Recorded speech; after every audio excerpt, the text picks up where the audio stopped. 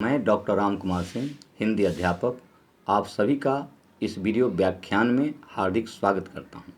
आज मैं केंद्रीय माध्यमिक शिक्षा बोर्ड दिल्ली द्वारा कक्षा 10वीं कोर्स अ के लिए निर्धारित पाठ्यपुस्तक क्षितिज भाग 2 के गद्य खंड से राम वृक्ष बेनीपुरी रचित बाल गोविंद भगत पाठ का प्रतिपाद्य सार संक्षेप एवं रचनाकार का जीवन परिचय पर प्रकाश डाल रहा हूँ। पहले मैं रचनाकार के जीवन परिचय पर अपना ध्यान आकृष्ट करना चाहता हूं। इसे आप सभी शालीनता शिष्टता के साथ सुनेंगे। राम वृक्ष बेनीपुरी का जन्म बिहार के मुजफ्फरपुर जिले के बेनीपुरी गांव में सन 1899 में हुआ। इनके पिता फूलवंत सिंह एक साधारण किसान थे। 10वीं तक की शिक्षा प्राप्त करने के बाद वे सन 1920 में राष्ट्रीय स्वाधीनता आंदोलन से सक्रिय रूप से जुड़ गए। कई बार जेल भी गए। उनका देहावसान सन 1968 में हुआ। 15 वर्ष की अवस्था में वे लेखन की ओर प्रवृत्त हुए। उसी समय से उनकी रचनाएं पत्रिकाओं में छपने लगी। उन्होंने पत्रकार के रूप में लेखन कार्य प्रारंभ किया, परंतु बाद में वे साहित्य की ओर प्रवृत्त हुए। उन्होंने अनेक दैनिक, साप्ताहिक एवं मासिक पत्रिकाओं का संपादन किया, जिसमें तरुण भारत, किसान मित्र, बालक, जनता, जनवाणी उल्लेखनीय है।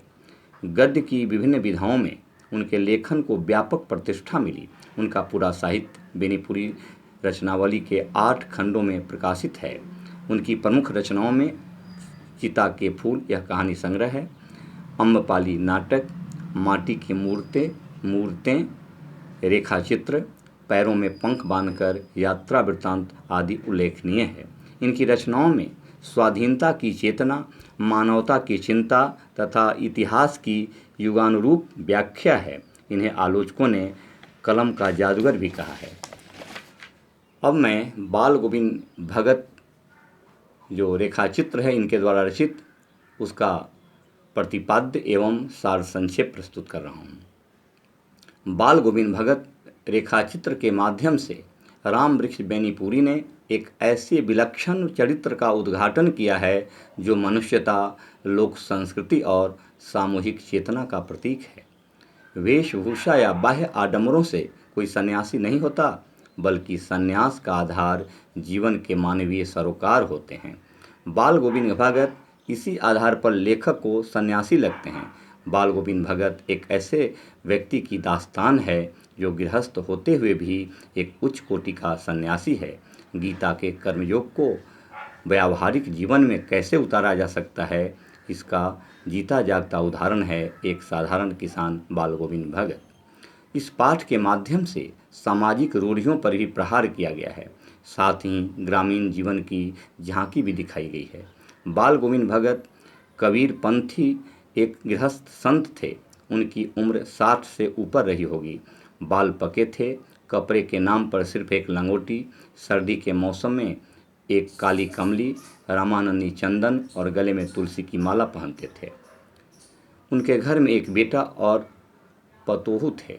वे खेतिहर गृहस्थ थे। झूठ, छल, प्रपंच से दूर रहते, 2 टूक बातें करते, कबीर को अपना आदर्श मानते थे। उन्हीं के गीतों को गाते, अनाज पैदा कर कबीर पंथी मठ में ले जाकर दे आते और वहाँ से जो मिलता उसी से अपना गुजर बसर करते। उनका गायन सुनने के लिए गांव वाले इकट्ठे हो जाते थे। धान की रोपनी के समय उनके गीत सुनकर बच्चे झूमने लगते। मेड़ पर खड़ी औरतों के ओठ कांप उठते हैं, वे गुनगुनाने लगती हैं। रोपनी करने वालों की उंगलियां एक अजीब क्रम में चलने लगती थीं। यह था उनके अलौकिक संगीत का जादू। बाल गोविंद भगत का संगीत अकस्मात चौंक उठाने वाली बिजली की तरह चौंका देता है। सारा संसार सोया है, भगत का संगीत जाग रहा है। तेरी गठरी में लागा चोर मुसाफिर जाग तरा, तेरी गठरी में लागा चोर मुसाफिर जाग जरा। उनकी संगीत साधना का चरम उत्कर्ष उस दिन देखने को मिला जिस दिन उनका एकमात्र पुत्र मरा। वे रोने के बदले उत्सव मनाने को कहते थे। उनका मानना था कि आत्मा परमात्मा को मिल गई है। बिरहिनी अपने प्रेमी से जा मिली, घर में पतोहू रो रही है, जिसे गांव की स्त्रियां चुप कराने की कोशिश कर रही हैं, किंतु बाल गोविंद भगत गाए जा रहे हैं। हाँ, गाते गाते कभी भी कभी पुतोहू के नज़दीक भी जाते और उसे रोने के बदले उत्सव मनाने को कहते। बाल गोविंद भगत एक समाज सुधारक के रूप में भी सामने आते हैं। बेटे के क्रियाक्रम में भी तूल नहीं दिया, पुतोहू से ही आग दिलवाई। श्राद्ध कर्म के बाद पुतोहू के भाई को बुलाकर उसकी दूसरी शादी करने को कहते हैं। पुतोहू के बहुत मिन्नतें करने पर भी वे अपने विचार पर अटल रहते हैं। बाल गोविंद भगत की मौत उन्हीं के व्यक्तित्व के अनुरूप हुई। अपना नित्य क्रियाकर्म के अनुसार वे गंगा स्नान करने जाते, लंबे उपवास करके मस्त रहते, बुखार होने पर भी नेम व्रत न छोड़ते, 2 जून गीत, स्नान, ध्यान, खेतीबाड़ी। अंत समय में बीमार पड़कर ईश्वर को प्यारे हो गए। भोर में लोगों ने गीत नहीं सुना, जाकर देखा तो उनका निर्जीव शरीर पड़ा था। तो यह है बाल गोविंद भगत कहानी का प्रतिपाद्य एवं सार संक्षेप। धन्यवाद।